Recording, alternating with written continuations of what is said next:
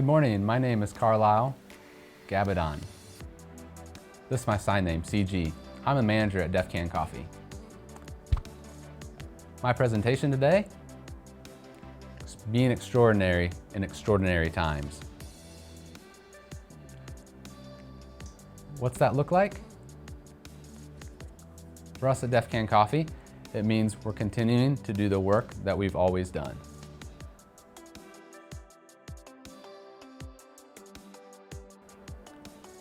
Deaf Can Coffee started in 2015. We took a field trip to Top Hill, St. Elizabeth, and we met Clark, a deaf man.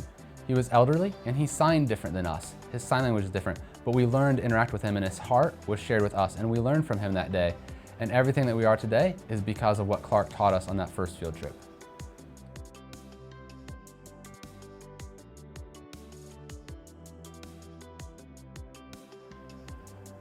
But my story starts before Deaf Can Coffee. My story starts in rural St. Thomas, Jamaica, where I grew up in the countryside. It was like the bush. It's not like the city here in Kingston.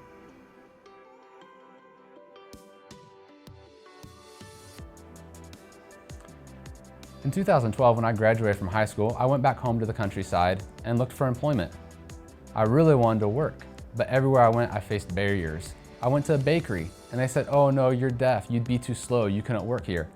I had other friends that said, "Maybe you can try here," and I'd go there and I'd work somewhere. They say, "Oh no, you can't, you'd be too slow, we couldn't communicate with you." Everywhere I went, everybody said I couldn't do something. They always said there was too many impossibilities. One time I wanted to get my driver's license.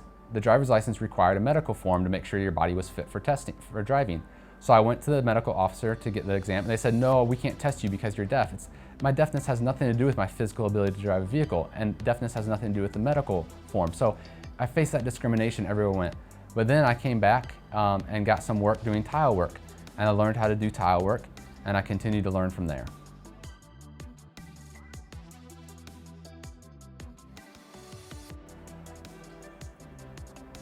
So while I was doing tile work is when the coffee business was starting. It was very small, and we were just learning as we went.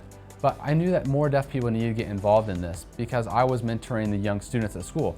So I reached out to a friend of mine that had also graduated from school. He was a good friend, and I wanted to train him, and I thought he could help me grow the business. And so I reached out to Fabian, and he became my partner.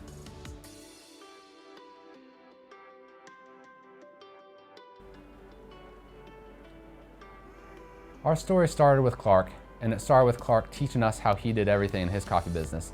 And we started small too. We started with a very small little roaster, and we grew. Just how I was the first employee, then I trained Fabian, and we got more people involved. And just as Clark passed it on to us, we passed it on to others today.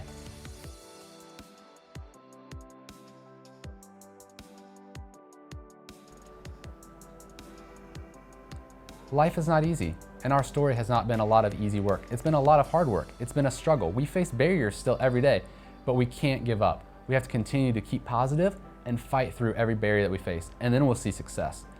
Just as Clark taught us, he made us extraordinary, and we're extraordinary now for extraordinary times.